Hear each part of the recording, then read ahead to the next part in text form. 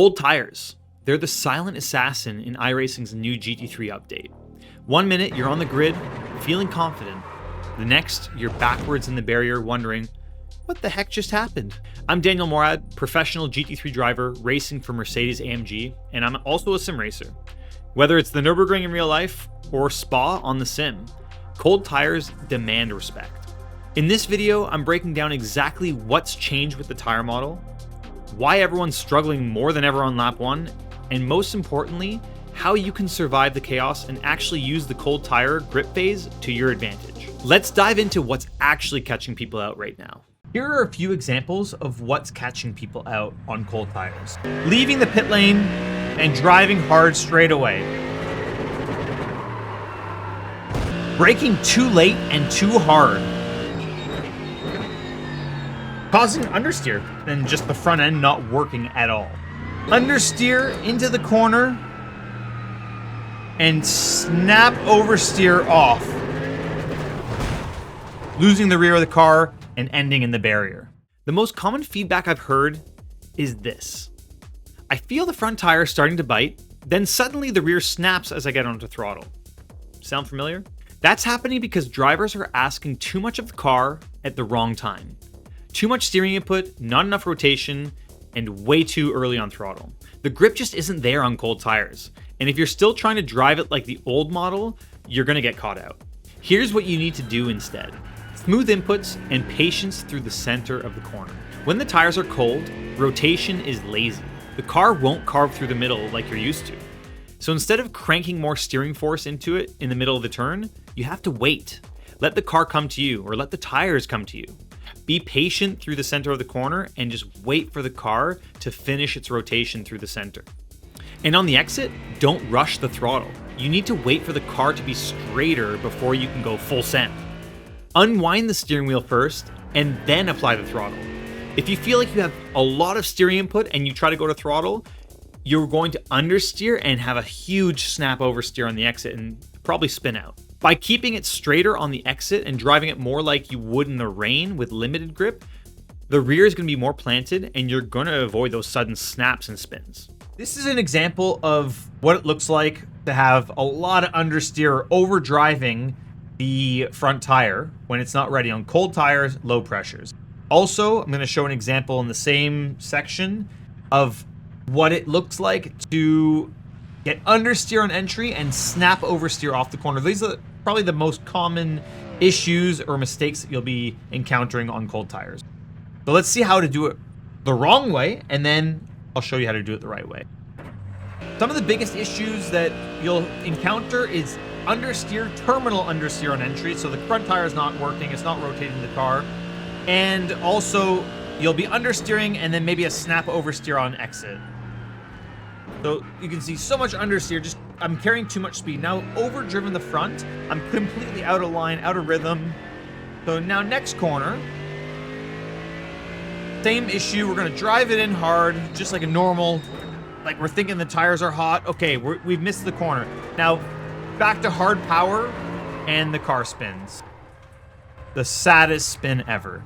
Now what you can see is my inputs are very aggressive. Brake input, quickly up to peak pressure. Throttle input, directly to full throttle. Now on warm tires, you can get away with that. You have the grip. You can brake harder, you can accelerate harder. Let's see what it looks like to drive correctly on cold tires and how you can avoid this situation. So for the first brake zone, I'm just gonna back it up. It doesn't mean I'm gonna brake softer. I'm gonna roll the brake up to a high pressure, slow the car down a bit more, underdrive the front tire so I can be a lot more precise. Notice how I'm not really going over the slip angle of the front tire. I'm underdriving it. The car is working a lot better for me. You can do the same thing here.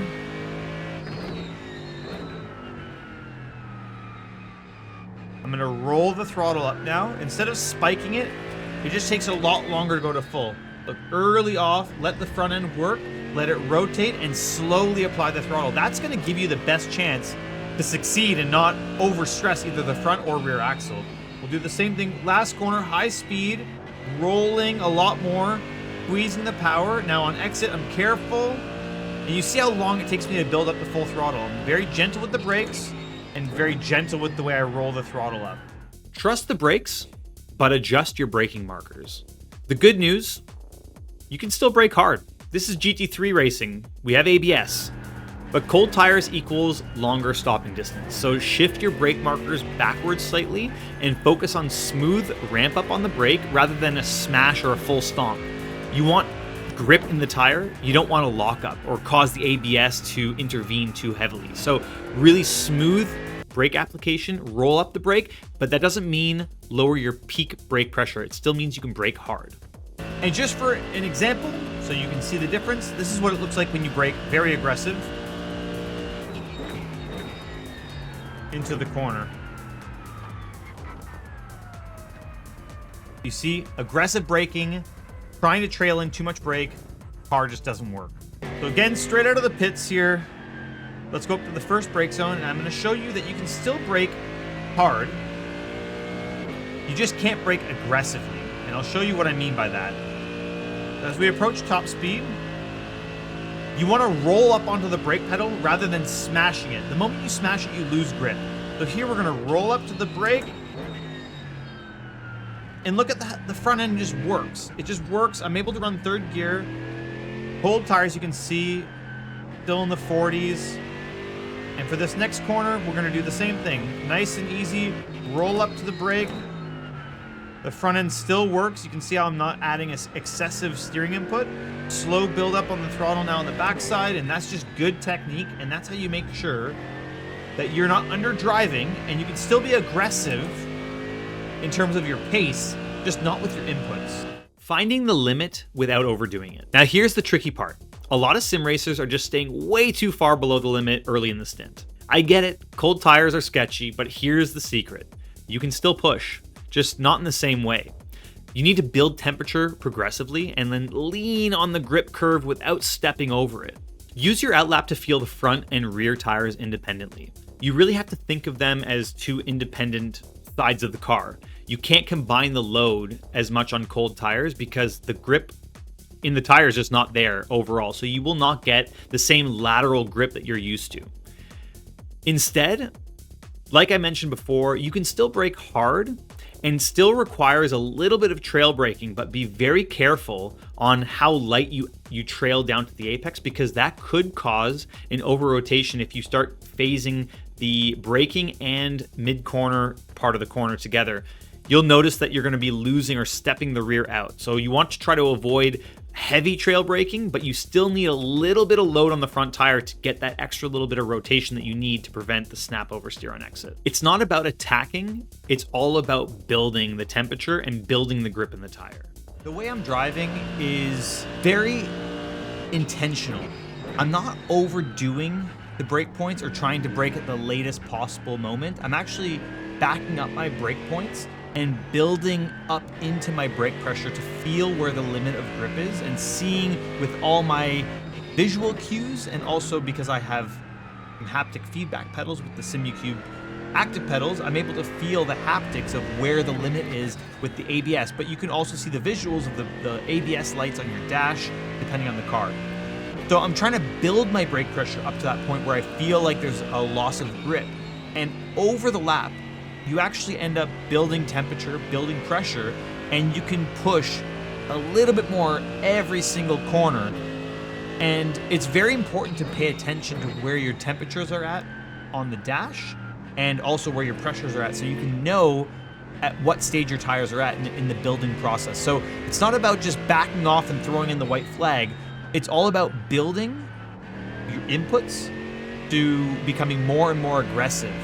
So you start out with a very gradual build-up, back everything up, and reduce the intensity of how quickly you ramp up your brake pressure, your steering input, and also how quickly you ramp up your throttle. And as you can see from all the examples in front of you, everything I do with my pedal inputs and my steering input, very progressive, and I build slowly. I don't want to ever spike any input because that's going to create a drastic loss of grip when the tires aren't ready to receive that kind of load. Mindset reset, especially in endurance racing. For those of you running endurance stints, this is crucial.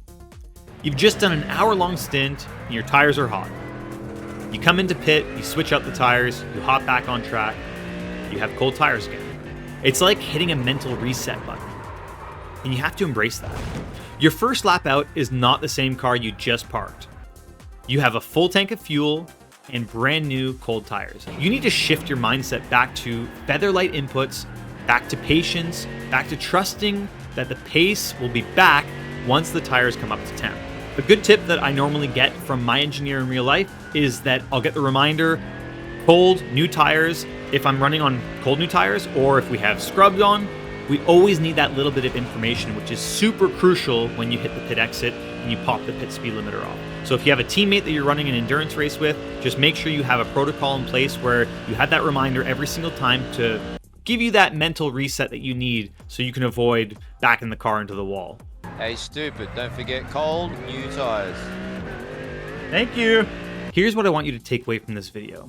Cold tires aren't just a challenge. It's your opportunity to create separation between drivers who panic and drivers who adapt, between those who spin and those who gain positions. If you can master the cold tire phase with smoother inputs, smarter braking, and a patient mindset, you're gonna win races where most people would lose them in the first 2 laps. So the next time you roll out of the pits or start a stint, don't just survive, take control. Remember all of the training. That's where the difference is made. If this video helped you, make sure you give it a like, drop your questions in the comments down below, and hit subscribe for more pro level sim and real world insights. And I will see you on track.